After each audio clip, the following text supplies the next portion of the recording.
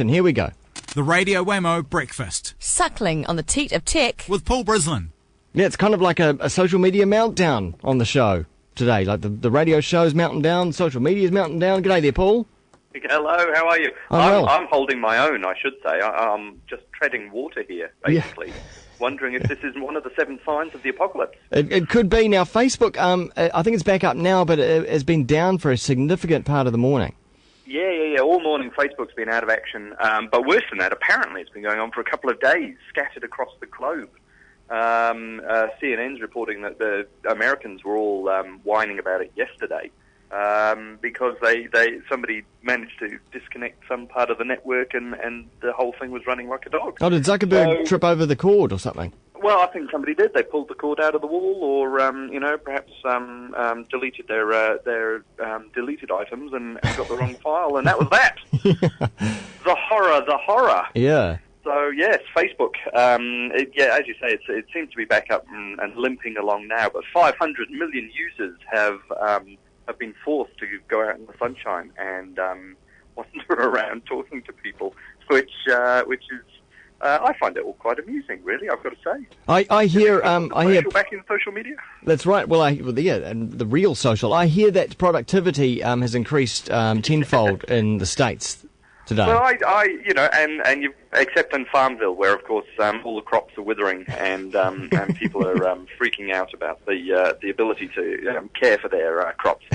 Get out and get some dirt under your fingernails, people. I say. Plant a garden. Plant some tomatoes. Yeah. But, I don't know about productivity rising either. I imagine it's fallen off dramatically as everybody jumps on Twitter and goes, "ZOMG, Facebook's down." I mean, that seems to be the entire Twitter stream at the moment. But the load of people shifting from Facebook to Twitter could, of course, cause Twitter to quit. That's right. We'll have a quitter. We'll have the fail whale will make a swan dive emergence, and we'll all be forced to actually write notes to each other. Yeah. I do like. There's one I've just read. Oh my God! People are running around the streets holding up photos saying, "Do you like this? Do you like this?" Because of course that causes the like buttons on all these websites around the world to disappear as well. That's right.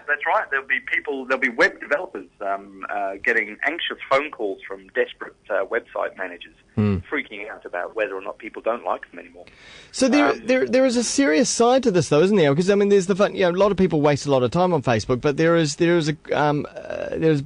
plenty of businesses out there have Facebook as their core.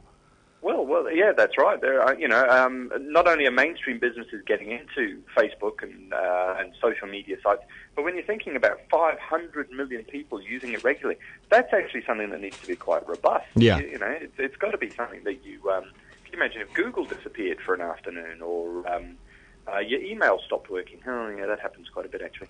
So it's a bit of a problem, really. They've got to. I think Facebook's grown so fast that the infrastructure has yet to keep up with this astonishing demand for use. The internet of a few years ago probably wouldn't have been able to cope with something like Facebook. It's only in recent, probably the last 5 or 6 years, that we've got enough capacity to be able to deliver a service like Facebook consistently and reliably. So when it goes down, it's really quite a shock for a lot of people. Now, it was just announced this week that Mark Zuckerberg, who's the founder of Facebook, he increased his rating on the Forbes Rich list. In fact, he's gone past Steve Jobs. So, I don't know, is there any connection between Facebook going offline and him finally saying, well, I've succeeded, I may as well pull the plug? Just pull the pin on it. It was a nice experiment. Yeah. Thanks very much, folks. I'm off to work now for a multinational. You would have to wonder about that, wouldn't you? I mean, that is quite an astonishing thing. Isn't it? For somebody who's just out of university to be that far up the US rich list off the back of something as potentially as banal as social media. I just wonder if it's real riches as well. I mean, you look at Steve Jobs and he sold millions of products, actual real devices. But really, what has Zuckerberg sold? What's he actually selling? Well, he's selling the dream, isn't he? He's selling bit ones and zeros. He's like all the rest of us. Nothing physically is built or transfers ownership. It's purely it's the .com bubble or the any of those classic the emperor has no clothes kinds of situations, because really what he's selling is your own content. I've now got access to talk to my friends. Yeah.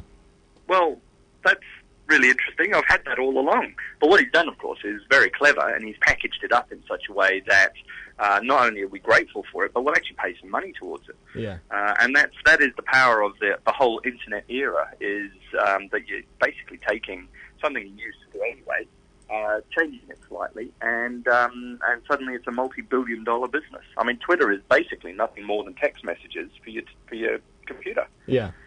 Or instant messaging. I was using instant messaging 10 years ago. ICQ and AIM and all of those kinds of products were fully available. But as soon as you twist it slightly and make it into an open platform, and people have moved on a little bit, suddenly it becomes a new thing, and it has a whole new lease on life. It's really quite astonishing. Also, while the Facebook is down, Zuckerberg is up in the rich list, the movie about the creation of Facebook and how it all started in Zuckerberg's time at college has just been released, called The Social Network as well. It's just been released in the States.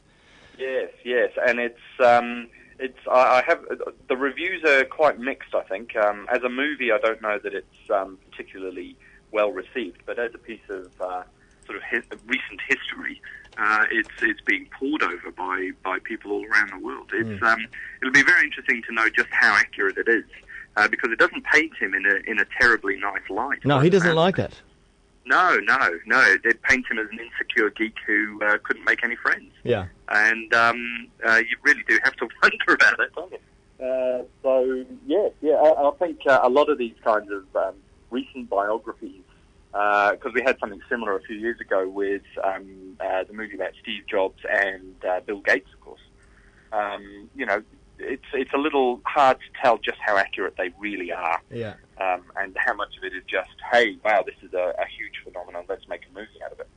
So all these things should be taken with a grain of salt, unless you're actually there, of course. But I'll be looking forward to checking it out when it does arrive, because it's a fascinating turn of events in our recent history. Yeah, even if it is just kind of silly trash, I think it'll be quite fun.